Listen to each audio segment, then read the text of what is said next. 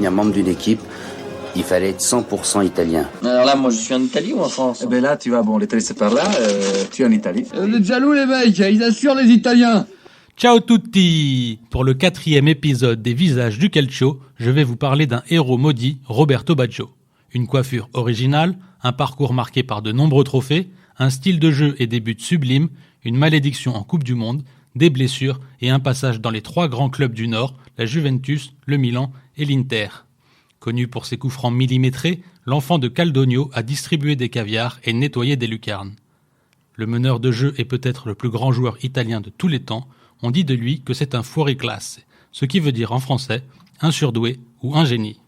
Il est le 4e joueur italien à remporter le Ballon d'Or en 1993 et le joueur qui a manqué le tir au but décisif en finale de la Coupe du Monde 1994.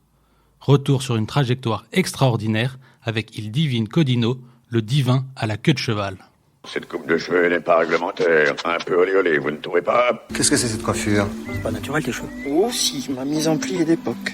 L'homme à la queue de cheval ou à la coupe mulet est un joueur fantasque. Roberto Baggio est un magicien. Sa technique et son talent l'ont rendu iconique. C'est probablement le footballeur italien le plus aimé et le plus populaire au monde. Pour le célèbre entraîneur Arrigo Sacchi, c'est Baggio qui a montré les plus belles choses sur le terrain de football. Il est l'incarnation du beau, par le geste, par la feinte ou par sa frappe de balle chirurgicale. Il est un esthète du ballon rond. C'est un pur numéro 10 qui est le dépositaire du jeu de ses équipes. Peu concerné par les tâches défensives, il gardait ses forces pour attaquer, ouvrir des brèches devant et allumer le gardien adverse ou le dribbler, un geste qu'il appréciait particulièrement. Son sens du placement offensif lui permet d'avoir un coup d'avance sur ses adversaires.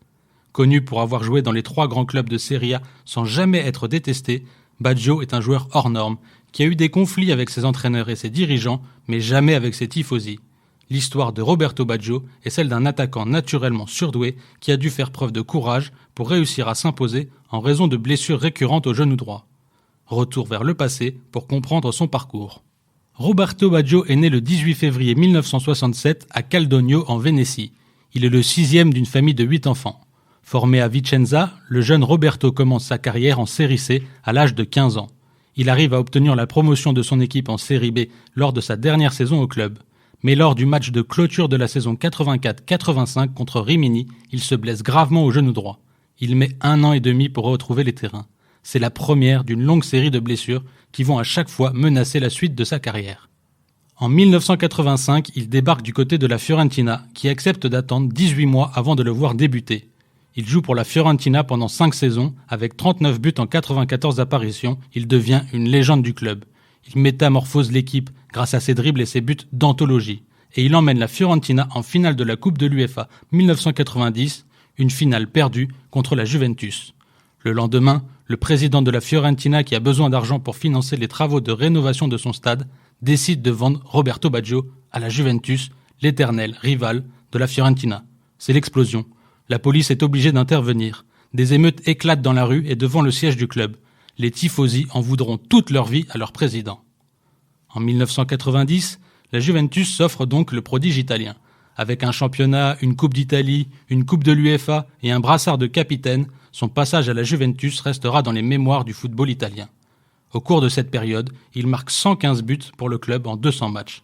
Il Divino Codino est au sommet. Avec la vieille dame, il domine le football européen et il remporte le Ballon d'Or en 1993. Ancora Vialli, ancora Müller prepara palla buona per Dino Baggio, perde il tempo ancora Dino Baggio, il tiro, gol! Bellissimo gol di Dino Baggio, per la lunga corsa riesce comunque a crossare Baggio davanti al portiere, gol! 2-2 per la Juventus, grande azione di Vialli, palla buona, vediamo Baggio che incrocia il tiro e la palla che colpisce il palo finisce in gol! 3-1, grandissima giocata di Roberto Baggio qui a incrociato e ha messo la palla. Les 5 saisons passées à la Juventus sont celles de la consécration et de la reconnaissance de son talent.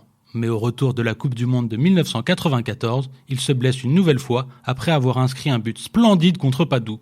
Absent des terrains pendant 5 mois, il assiste impuissant à l'éclosion d'un jeune talent que le nouvel entraîneur Marcello Lippi lui préfère, un certain Alessandro Del Piero.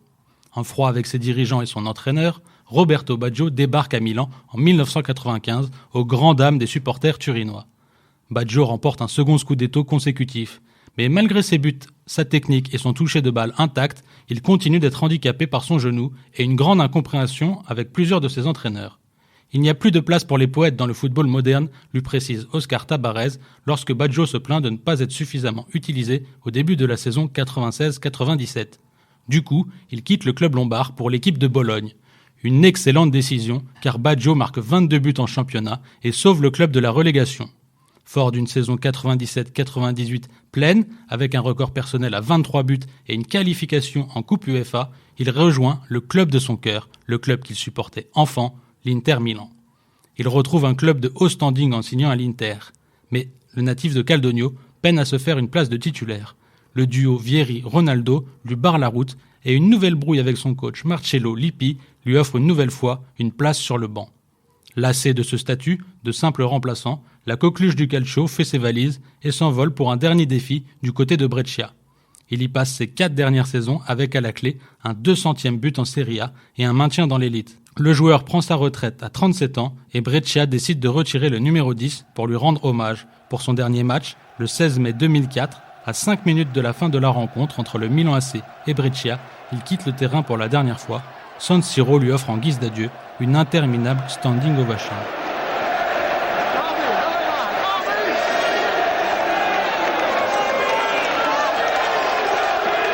Retour sur sa carrière internationale avec la Squadra Azzurra.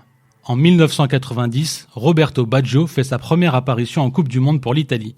Et bien qu'il soit remplaçant, il impressionne tout le monde. Il marque 2 buts, dont une merveilleuse frappe contre la Tchécoslovaquie. 4 ans plus tard, lors de la Coupe du Monde 1994 aux États-Unis, Baggio est au sommet de son art. Ses buts en fin de match contre le Nigeria et l'Espagne et ses 2 réalisations en demi-finale contre la Bulgarie envoient le triple champion du monde en finale. Mais Roberto Baggio se présente diminué contre le Brésil. Il doit jouer cette finale sous infiltration. Après 120 minutes d'une partie insipide, il est le dernier joueur à s'élancer lors de la séance de tir au but. Son tir au but passe largement au-dessus de la barre transversale, s'envole dans les tribunes et met un terme aux derniers espoirs italiens. Il restera à jamais le joueur qui a raté le tir au but décisif en finale face au gardien brésilien Taffarel à Pasadena après avoir amené l'équipe italienne jusqu'en finale avec 5 buts. Il est le héros malheureux de cette Coupe du Monde aux États-Unis. Ce joueur atypique est passé à un tir au but de la gloire ultime. Roberto Baggio, the savior of Italy throughout this tournament. He's missed it, and Brazil win the World Cup. Baggio stays rooted to the spot, has hardly moved. L'image du numéro 10 italien, la tête basse, les mains sur les hanches, fait partie de la légende du mondial et de l'histoire du football. Ses larmes dans les bras de Franco Baresi immortalisent à ce moment-là toute la souffrance d'échouer si près de son rêve d'enfant. Lors de sa 3e et dernière Coupe du Monde, celle de 1998 organisée en France, il est tout près d'inscrire le but en or en quart de finale face à Fabien Barthez. La suite de l'histoire, nous la connaissons.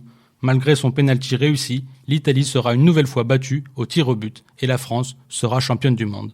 Il est tout de même le seul joueur italien à avoir marqué lors de 3 Coupes du Monde différentes avec 9 buts au total.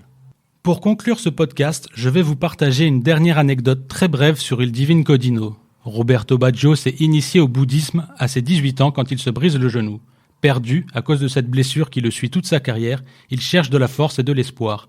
Sur les conseils d'un ami, il s'initie au bouddhisme. Puis, au fil des années, il en adopte tous les préceptes. En Italie, dans un pays catholique, c'est dans le bouddhisme qu'il puise sa philosophie de vie, une religion qui ne vénère aucun dieu alors qu'il était perçu comme tel par de nombreux supporters italiens.